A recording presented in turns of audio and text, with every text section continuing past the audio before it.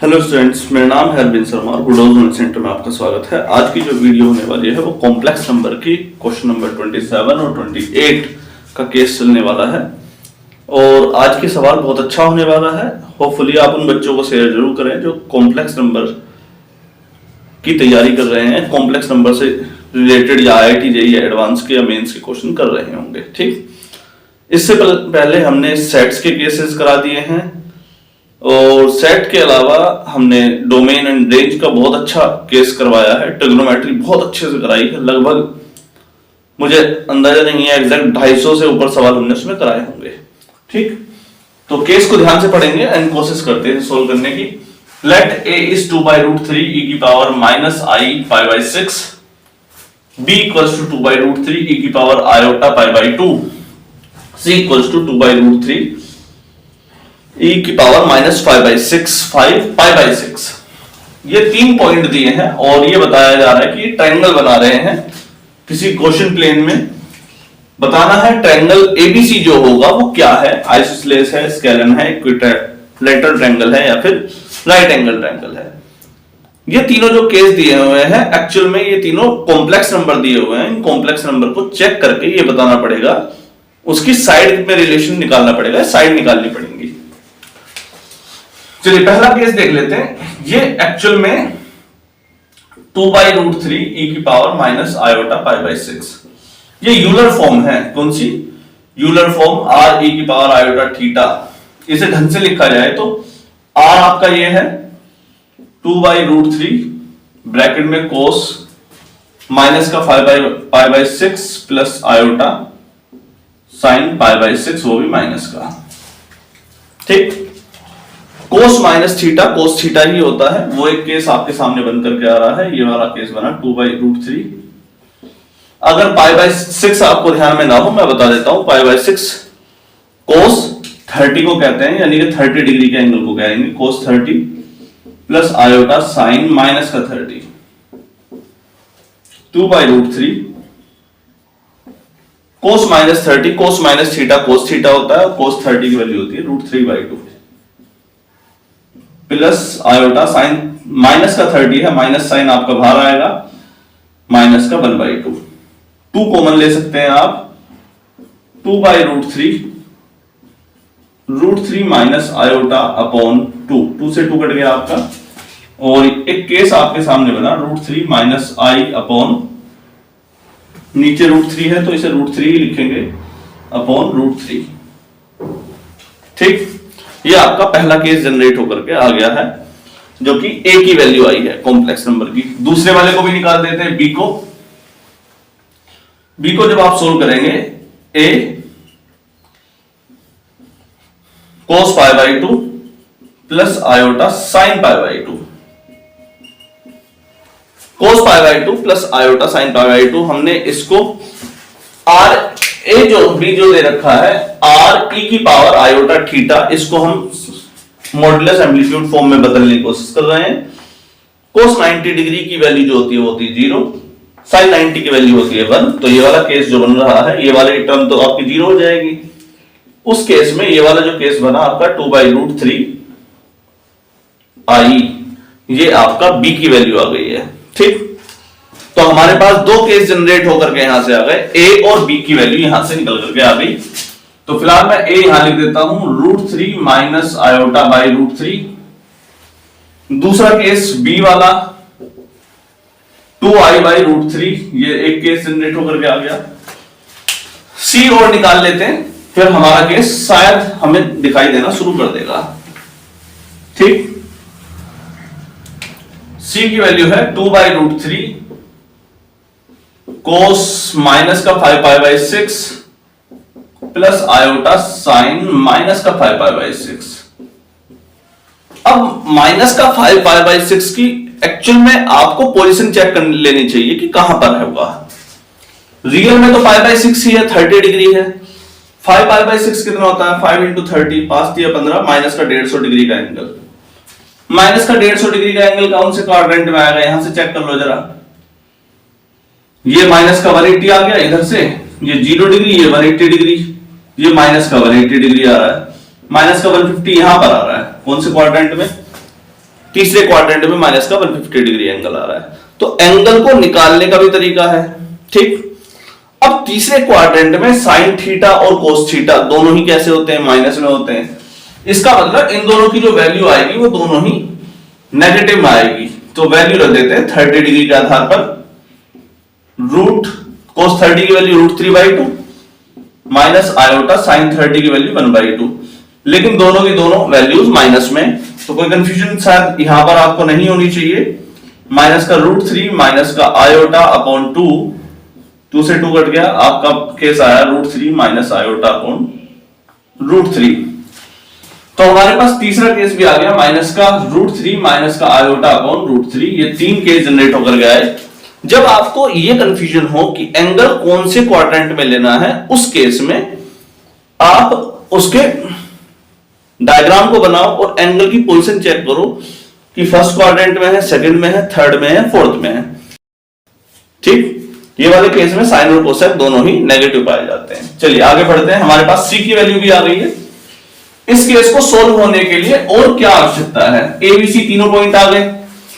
अब इसकी साइड के साथ रिलेशन कैसे देखा जाए, ध्यान रहे ये तीनों पॉइंट जो है एबीसी ट्रायंगल एबीसी के क्या है, वर्टेक्स हैं, यानी कि एंड पॉइंट्स हैं। तो मान लो कि आपने ए इसे मान रखा है, बी से और सी से। तो ए की वैल्यू है √3 माइनस आई अपॉन √3, बी की वैल्यू है 2i अपॉन √3, सी की वैल्यू है -√3 माइनस आई अपॉन √3, ठीक। पहले a माइनस बी निकाल लेते हैं। क्या a माइनस बी निकालो जरा। √3 minus I upon √3 minus 2i upon √3। √3 से √3 एलसीएम ले लिया आपने, क्या बचा √3 माइनस आई माइनस का 2i, √3 माइनस का 3i अपॉन √3। √3 कॉमन ले लेते हैं, 1 माइनस का √3i अपॉन √3। ये चीज समझ में आई है लास्ट में जो हमने करी है। हमने इस केस में एक्चुअल में कुछ इस प्रकार से लिखा है, √3 माइनस 3 को जो मैंने यहां पर लिखा, 3 को कुछ इस प्रकार से लिखा √3 इंटू √3 इंटू आई अपॉन √3। √3 यहां से कॉमन ले लिया है और 1 माइनस का √3i, तो ये वाला केस बना 1 माइनस √3i। तो हमारे पास एक a माइनस बी ये वाली साइड आ गई, कितनी 1 माइनस √3i। साइड का वो आया, याद रखना बेटे, साइड का कॉम्प्लेक्स नंबर आया, साइड नहीं आई है। साइड कैसे निकालते हैं, साइड इस टर्म का मॉड्यूलस निकाल लेते हैं। ये a माइनस बी आया है, अगर आप a माइनस बी का मॉड्यूल निकाल लेंगे, a माइनस बी का, अच्छा ये वाली टर्म दिखाई नहीं दे रही है, चलो a माइनस बी आ गया। a माइनस बी का मॉड्यूल निकाल लेते हैं पहले, a माइनस बी का मॉड्यूल निकाल लेते हैं। तो उससे क्या होगा, इस टर्म का साइड आ जाएगी 1 का स्क्वायर माइनस √3 का स्क्वायर प्लस माइनस √3 का स्क्वायर, 1 का स्क्वायर 1, 3 का स्क्वायर √3 का स्क्वायर 3, कितना आ गया 4, ये आ गई 2। ये वाली साइड आ रही है आपकी 2, एक साइड आ गई। इस साइड को निकालते हैं। चलिए ये वाली साइड, इन दोनों के बीच की डिफरेंस दिखाओ जरा, a minus C, √3 minus I upon √3 minus minus, ये माइनस का कितना हो जाएगा, प्लस का √3 प्लस का i अपॉन √3, कितना आ रहा है, √3 कॉमन लिया, √3 minus I plus √3 plus i upon this, i से i कट गया, ऊपर क्या आया 2√3 अपॉन √3, √3 से √3 कट गया, कितना आ गया 2। ये आपका केस बना, ये आया a minus C. a minus C का मॉड्यूल जो लोगे वो भी 2 ही आ जाएगा, तो ये वाली साइड भी कितनी आ गई 2, ठीक। ये हमने कॉम्प्लेक्स नंबर से ट्रायंगल की साइड निकालने का तरीका सीख रहे हैं, ध्यान से देखना एकदम। b माइनस सी और निकाल देते हैं, b कितना था 2i अपॉन √3, b माइनस सी निकालो, b माइनस सी 2i अपॉन √3 माइनस माइनस का √3 माइनस i अपॉन √3, ये माइनस का साइन अंदर जाएगा तो ये दोनों प्लस हो जाएंगे, 2i plus √3 plus i upon √3, 2i plus i कितना आया √3 प्लस 3i अपॉन √3, ठीक। √3 फिर से कॉमन ले लिया आपने इस टर्म में, तो क्या कॉमन आया 1 प्लस √3i अपॉन √3, √3 से √3 कट गया, आपके पास कितना आया है 1 प्लस √3i। ये b माइनस सी आ रहा है, b माइनस सी का मॉड्यूल कितना आया 1 प्लस √3i स्क्वायर रूट में 1 का स्क्वायर प्लस √3 का स्क्वायर। 1 का स्क्वायर कितना 1, √3 का स्क्वायर 3, कितना आया 4, कितना आया 2। तो तीसरी टर्म भी कितनी आ गई 2। तो तीनों साइड जो आ गई हमारी, तीनों की तीनों इक्वल आ गई हैं। और केस तीनों साइड इक्वल होने पर कौन सा होता है इक्विलैटरल ट्रायंगल। तो ये केस आई थिंक आपको समझ में आया होगा। आगे से ध्यान रहे, कॉम्प्लेक्स नंबर की टर्म में अगर वर्टेक्स दे दिए जाए तो उनको डिफरेंस निकाल करके उनका मॉड्यूल निकाल देना है ताकि साइड आ जाए, और उस साइड की मदद से आप पहचान सकते हैं कि कौन सा ट्रायंगल है। चलिए, आई थिंक आपको ये समझ में आया होगा। इस केस से आगे बढ़ते हैं क्वेश्चन नंबर 28 की तरफ।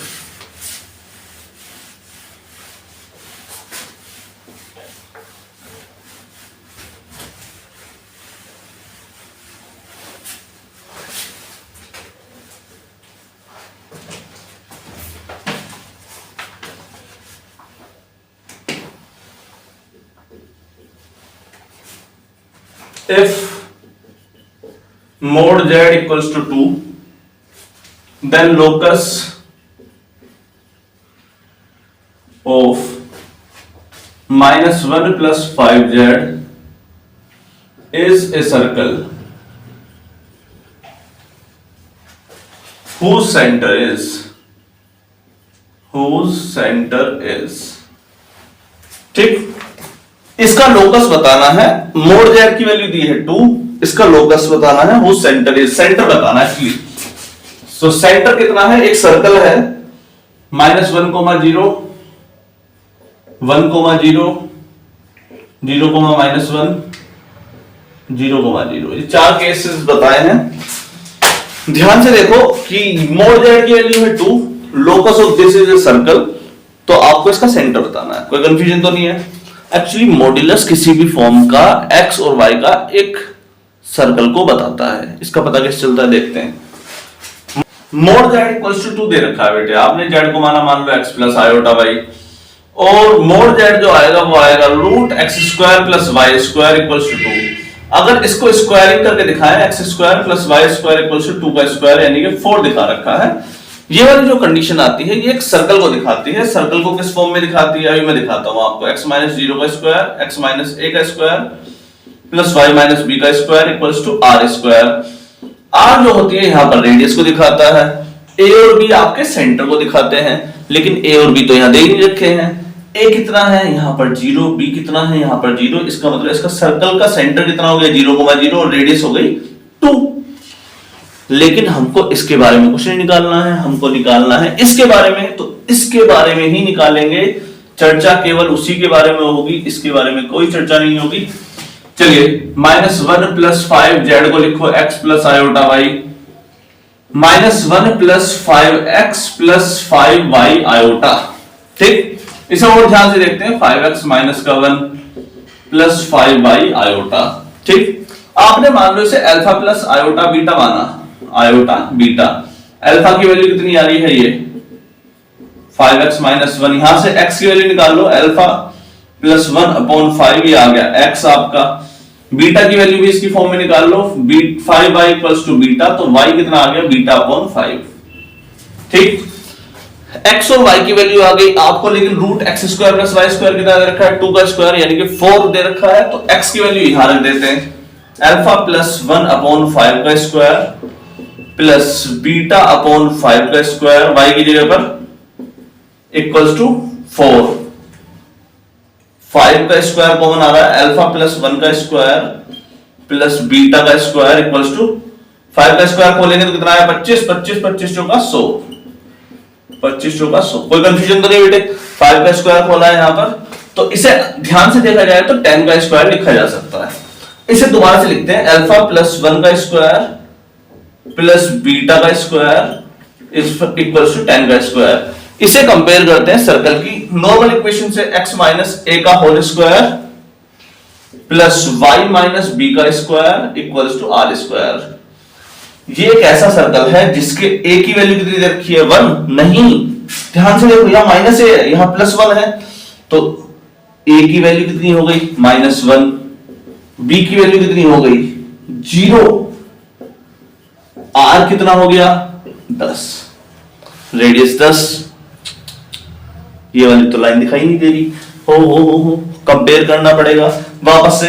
ए यहां पर कितना आ रहा है -1, बी कितना आया 0, आर कितना है 10, तो सेंटर हमारा समझ में आया, ए कोमा बी कितना आ रहा है -1, 0 और रेडियस आ गई 10, तो हमारा सेंटर लगा देते हैं, ए की वैल्यू -1, 0, ये फर्स्ट ऑप्शन आपका इसका आंसर आया।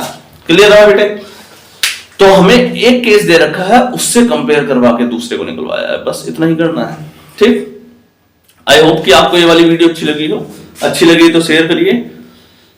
आज के लिए इतना ही, नमस्कार।